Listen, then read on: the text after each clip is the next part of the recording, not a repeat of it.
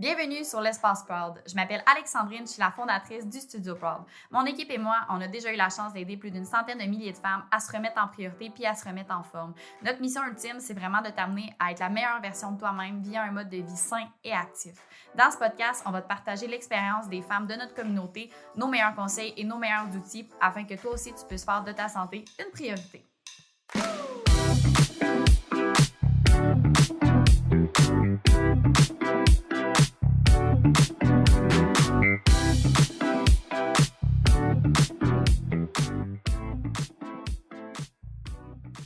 Hello les girls, j'espère que vous allez bien. Fait qu'aujourd'hui, j'ai la chance d'être avec Kat Bastien. Hello Kat! Allô, allô! Fait que je suis super contente de te recevoir aujourd'hui. Je suis vraiment reconnaissante pour ton temps. Je sais que tu es une femme quand même occupée. Fait que merci beaucoup de prendre le temps. Merci à toi de m'avoir invitée. Ça faisait longtemps que j'avais été sur un podcast, donc c'est le fun de se voir. Puis en vrai, là, on s'est déjà vu dans le passé, mais ça faisait longtemps, là, donc... Moi, je pense que la dernière fois, c'était au Quantum en 2000 quelque chose. Je pense que c'était avant la pandémie. Years ago, là. Oui, ça fait un méchant bout. Fait que je suis bien contente de te revoir. Aujourd'hui, j'aimerais ça qu'on discute un peu de ton parcours, en lien avec l'entraînement aussi, toutes les réalisations que tu as faites aussi. Je trouve que tu as un parcours qui est super inspirant, qu'il y a beaucoup de femmes aussi qui peuvent relate, se retrouver un peu dans ton parcours du domaine du fitness, justement, au domaine du bien-être. Fait que voilà un peu notre thématique aujourd'hui. Dans un premier temps, tu veux-tu te présenter un peu comme qu'est-ce que tu fais pour les gens, mettons, qui te connaissent? J'imagine qu'il doit y avoir peu de gens qui te connaissent pas, mais quand même, pour celles qui te connaissent pas. Je m'appelle Catherine Bastien, mais sinon, sur mes réseaux, c'est Kat Bastien. Depuis plusieurs années, je dirais depuis 2011-2012, je fais Instagram, Facebook, toutes les plateformes, YouTube, etc. C'est vraiment une passion que j'avais à côté de mes études. Puis au fil du temps, ça a pris plus de place dans ma vie. À l'âge de 17 ans, j'ai commencé des compétitions de fitness, donc un âge un peu tôt pour se mettre là-dedans. Puis j'ai toujours été sportive, j'ai toujours aimé les sports. Puis mon parcours, tu sais, c'est vraiment au niveau de l'équilibre. J'ai trouvé mon chemin parce que ça a été quand même tumultueux au cours de ma vie, si on peut dire, par rapport à ça. J'ai trouvé aussi le yoga, la spiritualité, along the way. Donc, j'intègre ça dans mon quotidien maintenant. Je suis professeure de yoga accréditée Yoga Alliance. Donc, ça, c'est pour mes formations, mettons, si on peut dire. Mais j'adore l'entraînement, la nutrition saine, puis c'est vraiment quelque chose qui me passionne. Puis c'est pas mal ça, ouais. Ça ressemble à ça, mais on dirait que quand on entend ton nom, souvent, moi, j'ai vraiment le mot bien-être qui vient en tête. Tu sais, une espèce d'équilibre entre, justement, tu sais, le volet... Oui, l'entraînement, je dis pas en performance, mais en haute intensité, mais autant que tu peux tomber dans quelque chose de, tu sais, plus détente, yoga, relax, tu sais, comme d'avoir un bel équilibre entre tout ça à ce niveau-là. Puis, justement, tu l'as mentionné tantôt que tu as commencé dans le domaine du fitness quand même assez jeune. Qu'est-ce qui t'a attiré au départ vers le domaine du fitness?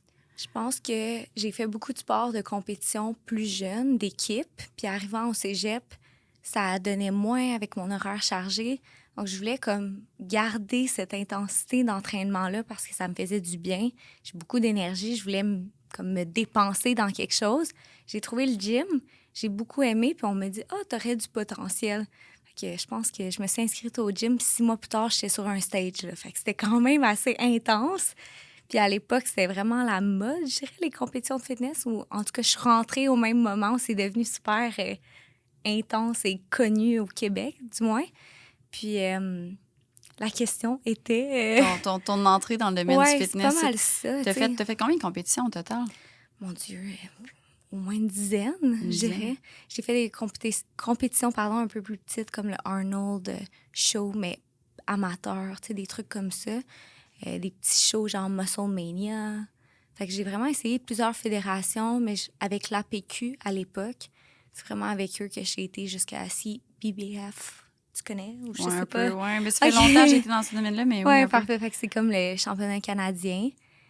Puis étant donné que j'étais naturelle, disons que je me sentais un peu tout le temps contrée à ma génétique puis à mon potentiel, là, parce qu'il y a une limite que mes épaules pouvaient grossir. Là. À un certain point, tu peux prendre 1 livre, 2 livres de masse musculaire par année, mais pas 15. Là. Fait que j'étais un peu contrainte. Puis à la fin, ça commençait à être un peu unhealthy, si on peut dire, moins sain. Fait que je dirais, c'est là que j'ai eu beaucoup de réalisations par rapport à ma vie, trouver l'équilibre à travers ça. Fait que voilà. Puis justement, tu sais, au moment où tu étais plus dans le domaine du fitness, l'entraînement, ça avait quoi comme place, mettons, dans ta vie? Pas mal tout. Quand j'étais en compétition, je dirais, je vivais pour mon training, j'allais des fois au gym 2 fois par jour. C'était vraiment intense au niveau compétitif. Mais aussi, ça me faisait un bien fou. Tu sais, c'était pas juste du négatif. Je dirais plus vers la fin parce que ça prenait une grosse place dans ma vie, mais ça me causait aussi beaucoup de stress. Tu sais, une alimentation stricte, les diètes, tout ça. Ça venait avec un gros bagage, comme un genre de sac à dos énormément lourd sur moi. Puis, tu sais, c'est aussi se déconnecter avec son côté plus intuitif, tu sais, se faire donner une feuille qui te dit quoi manger, quoi faire. Tu deviens un peu un robot ou un esclave de ta feuille, tu sais.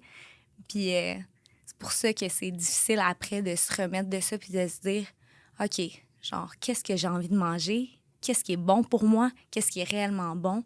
Je pense que dans la culture, les diètes aussi, il y a beaucoup de stéréotypes, là, tu sais, pas manger d'autres légumes que des légumes verts, juste des egg whites, des blancs d'œufs, tu sais, plein d'affaires comme ça qui sont vraiment pas sains, que monsieur, madame, tout le monde ferait aucunement puis serait autant en santé, sinon plus, tu sais.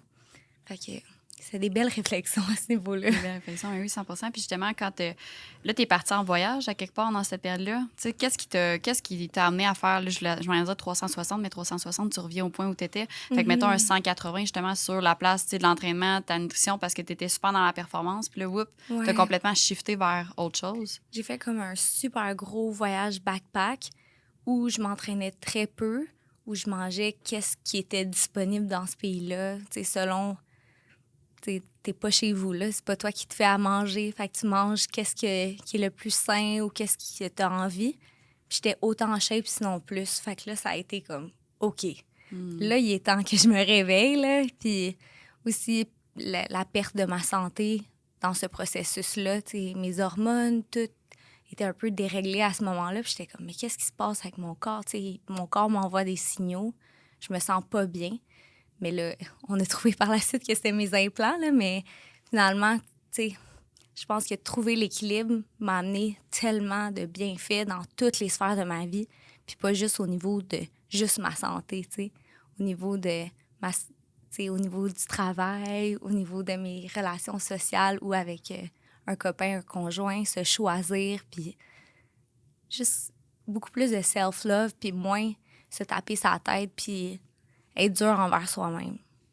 Plus de s'écouter au lieu de se forcer à rentrer dans un cadre qui est peut-être pas fait pour ton corps à toi aussi. Là. Exactement, parce que tout le monde est un petit peu différent. Tu sais, il y a les grandes bases, les grandes lignes, mais si toi, tu fonctionnes bien avec plein de carbs, mais le monde te dit c'est mauvais des carbs, mais moi, j'en mangeais très peu, mais finalement, là, je suis une bébête à carbs, puis je me porte bien, là, tu sais. Fait que c'est assez fou quand même quand tu connais ton corps, puis tu sais comment il fonctionne.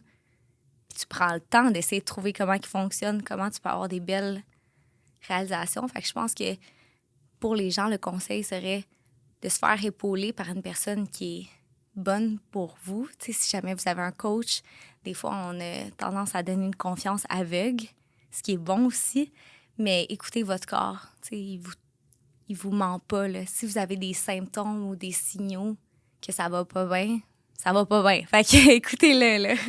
Il est pas niaiseux, votre corps, là. Non, c'est ça, 100%. Mais dans un monde aussi où je pense que, tu sais, on est super stimulé par tout ce qui est réseaux sociaux. Tu sais, on voit beaucoup, tu sais, que, mettons, soit de l'anxiété ou, tu sais, les gens ont de la misère à passer du temps seul.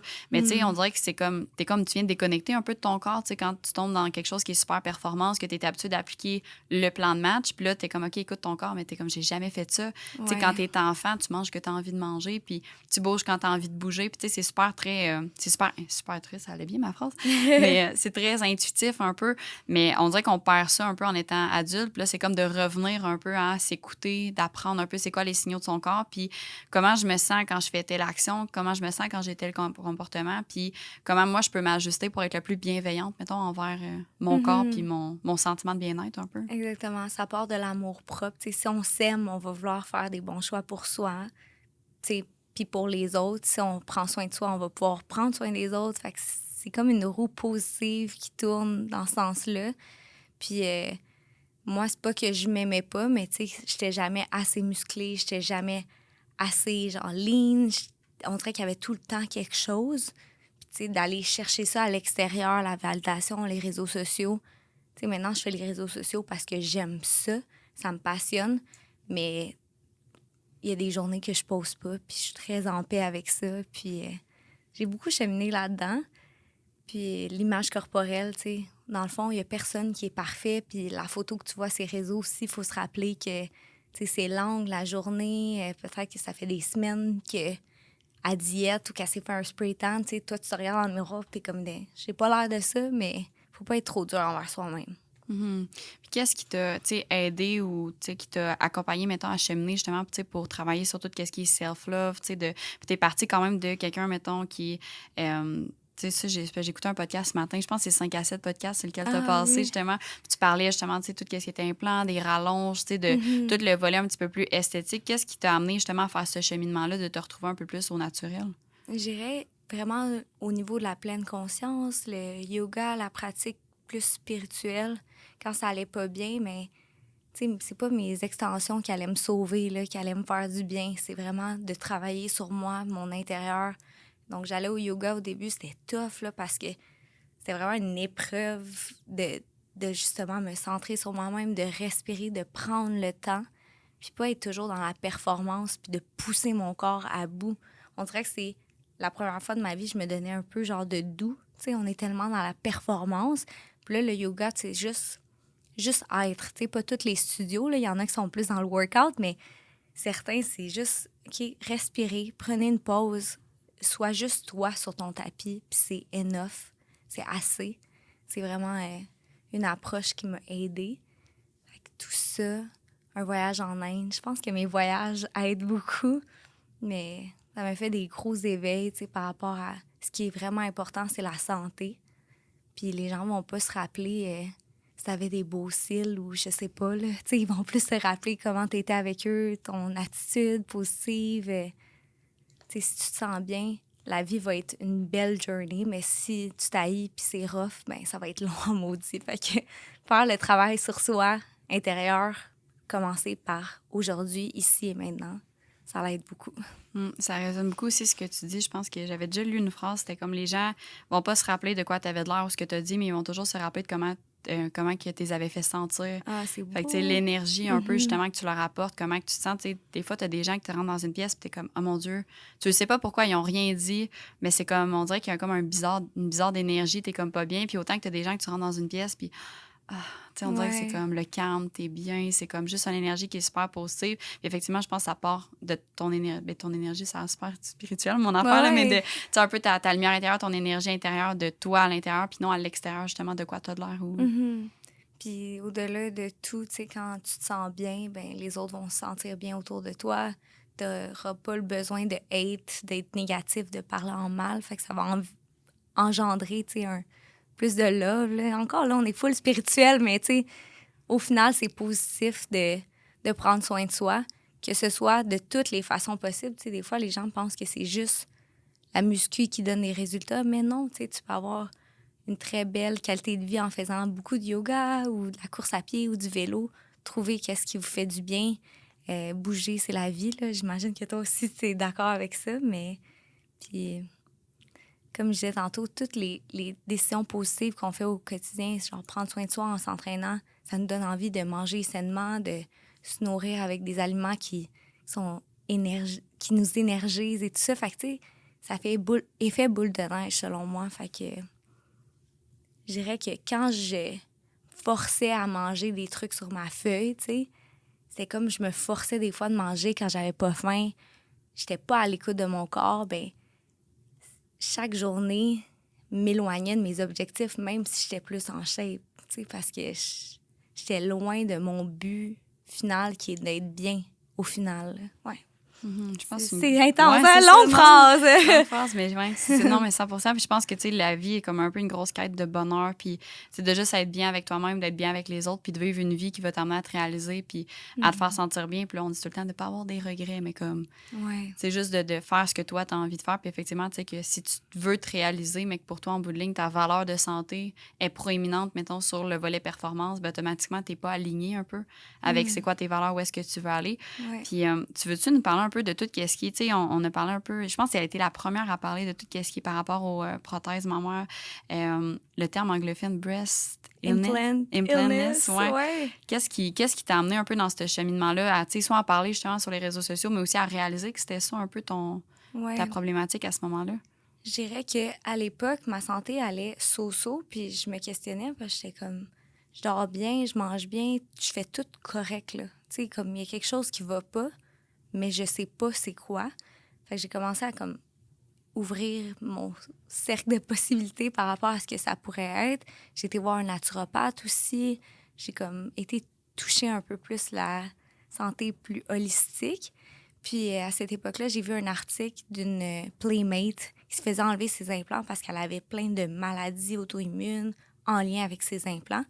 Puis là, je suis tombée sur un groupe Facebook qui avait des milliers de femmes qui retiraient leurs implants à cause de ça.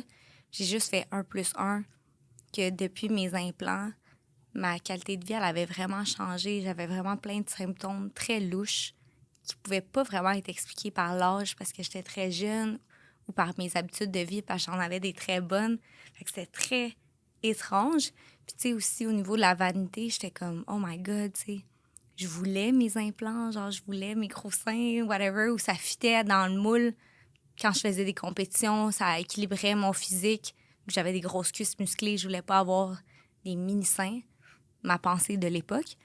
Alors, ça a été une grosse réalisation, mais je savais que d'enlever mes implants allait m'aider. Puis, inévitablement, c'est ça que ça l'a donné comme résultat. Il y a plein de mes symptômes qui sont juste disparus du jour au lendemain. Puis, il y a des milliers de femmes qui vont retirer leurs implants. Alors, il y a des gens qui me bâchent un peu parce qu'ils sont comme « Ah, c'est autre chose, mais c'est correct, tu sais. Cherche les autres choses qui causent ces problèmes de santé, c'est des implants.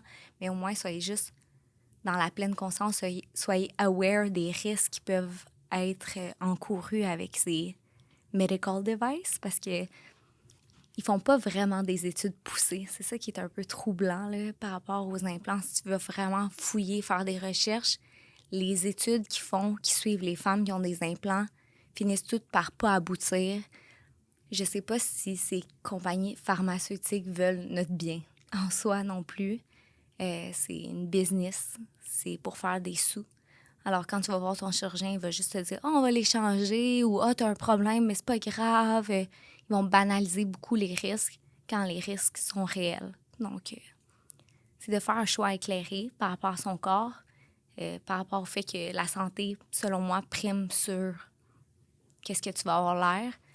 Puis je me dis, encore là, si on se voit de l'extérieur, là, mettons que des aliens nous voient, on s'en va sur une table d'opération, on se fait endormir pour se faire mettre 2 boules de silicone ou d'eau saline dans le corps. C'est quand même, quand on y pense, c'est assez fucké. Mais c'est ça, tous les changements esthétiques. C'est leur corps, c'est leur choix. Mais faites un choix éclairé puis voyez qu'il y a des possibles risques à vous faire implanter des implants mammaires, selon moi. Mm-hmm. Je pense que c'est bien aussi que ça soit parlé, mettons, tu sais, que ça soit pas, mais je vais pas dire médiatisé, parce que dans le sens, c'est pas comme si ça avait fait un énorme scandale non plus, mais plus dans l'intention de comme, tu sais, voici, mettons, les témoignages des femmes qui en ont eu, voici qu'est-ce qui a bien été, voici qu'est-ce qui a pas bien été, voici les risques, voici les bienfaits. Puis après ça, ben c'est juste de, justement, un peu comme tu disais, de prendre une décision selon tes valeurs, c'est quoi tes valeurs, c'est quoi tes intentions, c'est quoi que tu veux aussi pour toi dans 10 ans, dans le sens que, tu sais, ça a quand même un processus à changer, tu sais, dans le sens, c'est un engagement vraiment. sans nécessairement être à vie, mais tu sais, c'est un engagement aussi, fait que c'est vraiment d'avoir toutes les informations, puis effectivement, que des fois, il y a certains domaines d'expertise, certains milieux que les études ou qu'est-ce qui va être démontré, mettons, comme information, ça va peut-être être plus dur d'avoir de l'accessibilité. Donc, on dit d'une façon gentille, là, qu'on dit ça de même, que ça va être plus dur d'avoir de l'accessibilité de toutes les informations, mais je pense que, justement, d'avoir des témoignages, des fois, des femmes, justement, qui vivent un peu ces problématiques-là, ben ça permet de sensibiliser aussi les jeunes, puis